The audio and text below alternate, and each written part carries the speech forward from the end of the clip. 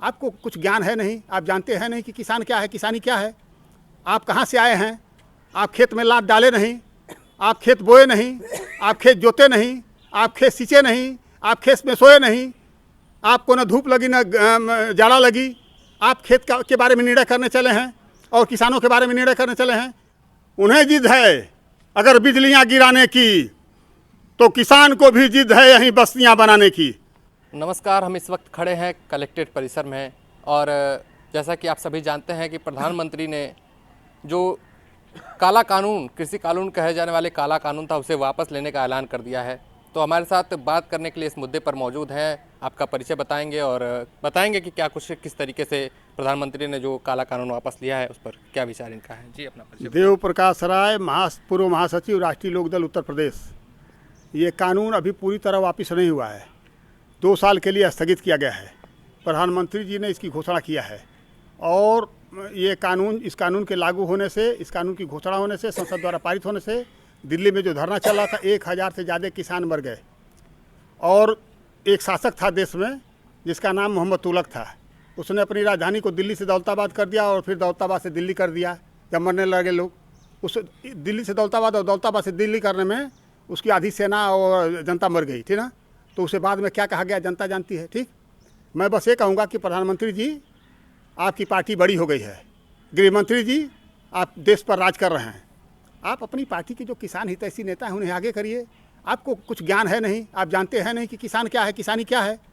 आप कहाँ से आए हैं, आप खेत में लात डाले नहीं, आप खेत बोए नहीं, आप खेत जोते नहीं, आप खेत सींचे नहीं, आप खेत में सोए नहीं, आपको न धूप लगी न जाड़ा लगी।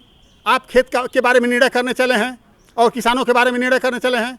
उत्तर प्रदेश के मुख्यमंत्री थे, पूर्व मुख्यमंत्री आप ही की पार्टी में है, राजनाथ सिंह जी। वो जब उत्तर प्रदेश में थे तो धान और गेहूं की खरीद बम्पर होती थी, 1 साल तक हो रहे, बड़ा अच्छा लगा। किसी पार्टी का कोई नेता काम करेगा उसका लोग याद करेंगे। चौधरी चरण सिंह को किसान मसीहा कहा गया, आज भी लोग किसान मसीहा कहते हैं। क्यों कहते हैं? आधा हिंदुस्तान, 3 हिस्सा हिंदुस्तान नहीं जानता है, क्यों कहा गया? आज से 60 साल पहले 1959 में नागपुर के कांग्रेस महाधिवेशन में ये प्रस्ताव पास हो गया था। ये प्रस्ताव पास हो गया था कांग्रेस महाधिवेशन में कि हिंदुस्तान में फार्मिंग खेती होगी। चाइना और रसिया दोनों से पंडित जी प्रभावित थे, नेहरू जी। और जब वो कांग्रेस की कार्य समिति में उनका प्रस्ताव था तो उसके पक्ष में मतदान हो गया। लेकिन चौधरी साहब के भाषण पर सर्वाधिक तालियां बजी। चौधरी साहब ने कहा कि हिंदुस्तान का किसान गाँव में रहता है, देश गाँव का है और किसान गाँव में है, करोड़ों किसान हैं। आप खेती उनकी ले लेंगे तो उन्हें आप काम पर क्या लगाएंगे? सारे किसान बेरोजगार हो जाएंगे, रोटी रोटी के लिए देश तबाह हो जाएगा। हमारे देश का क्षेत्रफल चाइना और रसिया से बहुत कम है। मोदी जी अगर हम लोगों के पक्ष में निर्णय लेते, ये भी मसीहा बन जाते। लेकिन ये तो हम लोगों को रगड़ने पर तुले हुए हैं, ठीक ना। इनको समझ नहीं है, इनकी समझदारी नहीं है। गृह मंत्री के पास कोई समझदारी, एक खालिस्तानी है आंदोलनकारी, पाकिस्तानी है आंदोलनकारी। जैसा कि आपने बताया कि ये आंदोलनकारी हैं जो गाजीपुर बॉर्डर पे तैनात हैं। तो मैं आपसे पूछना चाहूँगा कि इतने दिनों से जो किसान आंदोलन कर रहे थे, उन अपना किसानी छोड़कर आंदोलन कर रहे थे, भूखे प्यासे, और कितने किसान तो मर भी गए। तो ऐसे में तब क्यों नहीं किसान काले कानून थे वापस लिए गए? अब क्यों वापस लिया गया? क्या इसके पीछे वजह है, क्या कारण रहा? ये जिद है, यही इसी को तुगलकी फरमान कहते हैं। ये जिद, ठीक ना। हाँ, ये जिद है। तो अगर उन्हें जिद है अगर बिजलियां गिराने की, तो किसान को भी जिद है यहीं बस्तियां बनाने की, ठीक ना। उन्हें जिद थी और किसान भी जिद पर अड़ा था और झुकना पड़ा उन्हें। और उन्हें मैं ईश्वर से प्रार्थना करता हूं कि हे ईश्वर, हमारे देश के प्रधानमंत्री और माननीय गृह मंत्री, ये दोनों माननीय जो देश के हमारे प्रधानमंत्री हैं, इन्हें सद्बुद्धि दें कि वो किसानों के हित में सोचें। कितने कठिन परिश्रम के बाद अन्न पैदा होता है, कितने पसीने बहाने के बाद, वो क्या जाने। आई थी बरसात, यहाँ हजारों हजार एकड़ फसल बर्बाद हो गई। क्या मिला किसान को? आमदनी दूना करने की बात करते, कैसे आमदनी दूना होगी? आमदनी दूना ऐसे नहीं होगी।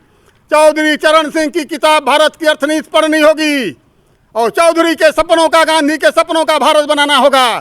तब जाकर के गांव से बेरोजगारी दूर होगी और किसानों का कल्याण होगा। अगर ये चाहते हैं किसानों का हित हो तो भारत की अर्थनीति पढ़ना चौधरी चरण सिंह की और देखें कि कैसे रोजगार मिलेगा गाँव में, और तब देश का कल्याण होगा।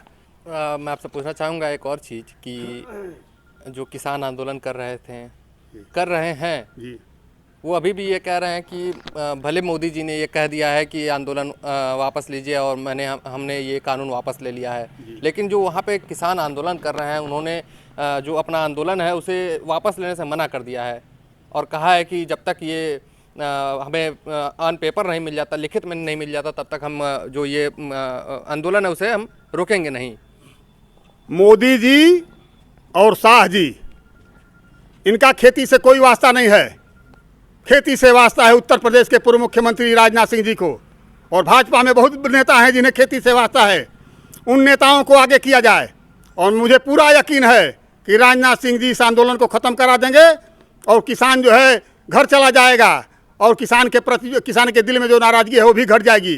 लेकिन मोदी और योगी जी जो पूंजीपतियों के हित ऐसी हैं, जिन्हें किसानों के दर्द के बारे में कोई जानकारी नहीं है, आगे बढ़ चढ़ करके फैसले लेते हैं और किसानों को रौंदने का काम करते हैं। उनके इरादे नेक नहीं है किसानों के प्रति। ये बात गलत है, ये बात गलत है। ऐसा नहीं होना चाहिए।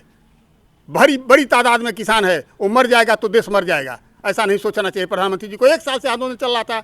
जो मरे हुए लोग हैं आंदोलन में, उनके परिवारों को 1-1 करोड़ रुपया दें, उनके परिवार के एक सदस्य को नौकरी दें, मरे हुए लोगों के नाम से एक दिल्ली में ऐतिहासिक किसान स्मारक बनावें।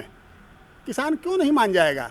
हमारी बात सुने, जिद न करें प्रधानमंत्री जी। हमारे ही प्रधानमंत्री, देश के प्रधानमंत्री, कोई प्रधानमंत्री हो गया, देश का प्रधानमंत्री है, कोई देश का आदमी इन लोगों की इतनी घिनौनी राजनीति नहीं करता है। प्रधानमंत्री नरेंद्र मोदी ने जो किसान के जो कानून थे, किसान संबंधित कानून थे, इसको वापस लिए हैं, तो क्या इसके पीछे विधानसभा, उत्तर प्रदेश विधानसभा के चुनाव का हाथ है? क्या कहा जा सकता है कि विधानसभा चुनाव के वजह से? पूरा हाथ है। चुनाव नहीं होता तो अभी और तंते, ठीक ना? चुनाव नहीं होता तो और तंते। ये जानते हैं कि उत्तर प्रदेश बर्बाद होने, उनके हाथ से निकलने जा रहा है, ठीक ना? वो घबराए हुए हैं, वो घबराए हैं कि उत्तर प्रदेश निकल जाएगा तो कहाँ खड़े होंगे। तो क्या घबराहट में उन्होंने ये फैसला लिया है? घबराहट में लिया गया निर्णय। 1 साल तक कड़ाके की ठंड में, बरसात में किसान मर रहा था, इन्हें फिक्र नहीं थी, और जब चुनाव आ गया तो इन्हें फिक्र हो गई, ठीक ना? हाँ, आनंद फानन में इन्होंने फैसला लिया है, और इस फैसले, इनके इरादे नेक नहीं है, ठीक ना? इसलिए किसान कह रहा है कि हम वापस नहीं जाएंगे। इनको जो है संसद द्वारा पारित कानून को संसद द्वारा पारित करा करके पुनः वापस लेने की घोषणा करनी चाहिए। भाजपा के जो कार्यकर्ता थे, जिन्होंने ये कह दिया था कि कभी जो हमारे भारत सरकार, जो हमारे देश के प्रधानमंत्री हैं, वो कभी किसान के जो ये कानून है वो वापस नहीं लेंगे, जो उन्होंने कह दिया था, अब उस पर वो कैसे उसको उस पर मिट्टी डालें और कैसे उसको? ये लोकतंत्र है, ठीक ना? जनता ही सब कुछ है, जनता ही उसकी मालिक है, ठीक? जनता मालिक है, लोकतंत्र की मालिक है ना जनता। तो जनता जब मांग करे, देख रहे हैं कि नहीं, बहुमत चाह रहा है कि नहीं कानून वापस हो, बस वापस कर लिया। उनकी सहृदयता है, ठीक है, कर लिया, आपसी समझ में आ गई। अब बस वो पैसा दे दें 1 करोड़ किसानों को, उनकी मौत का मुआवजा, और जो है किसान वो बना दें, स्मारक बना दें, और जो है नौकरी दे दें परिवार के 1-1 आदमी को, ठीक ना? थोड़ा मलहम लगा दें घाव पर, ठीक ना? थोड़ा मलहम लगा दें घाव पर, जिससे लगे कि नहीं ठीक है, कुछ हमदर्दी दिल में आ गई। हाँ, तो जैसा कि आपने सुना, जो गाजीपुर बॉर्डर पे किसान आंदोलन कर रहे थे, अब वो केवल इस कानून को वापस लेने पर ही अपना आंदोलन खत्म नहीं करेंगे। उनके जो साथी इस आंदोलन में मरे हैं, उनको मुआवजा देना पड़ेगा भारत सरकार को, और काफ़ी सारे इस पर अब विचार विमर्श उनको करने पड़ेंगे, तब जाकर कहीं ये आंदोलन खत्म हो पाएगा। आज़ाद पत्र के लिए अमित सिंह चौहान।